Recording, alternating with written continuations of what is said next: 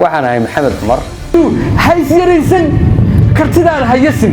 dib ha isku dhigin qof kale hore ha u dhigin waxaan adigu taqaanaan dhiirigelinta darabto inaan noqoto qof aan caadi ahayn dhakhtar aan caadi ahayn lawyer aan caadi ahayn macallin aan caadi ahayn arday aan caadi ahayn wasiir aan caadi ahayn madaxweyne aan caadi ahayn wiil aan caadi ahayn gabadh aan caadi ahayn haddaad rabto inaad noqoto waxaad u baahan tahay inaad noqoto qof ka duwan kaad hadda tahay iyo inaan idinku challenge gareeyo inaanad yaraysan oona dhayalsan waxaad qabsan karto iyo waxaad noqon karto aamin naftaada kugu jirta aamin kartidaada war waa suuragal dadka ku sheegay inaanay suuragal ahayn waa beenaalayaal don't listen to them adigu dhageysan naftaada tijaabo nafeed iyo isku dayo aan anigu sameeyay baanan ka shadaal qaataa anigoo yar oo waxba ahayn oo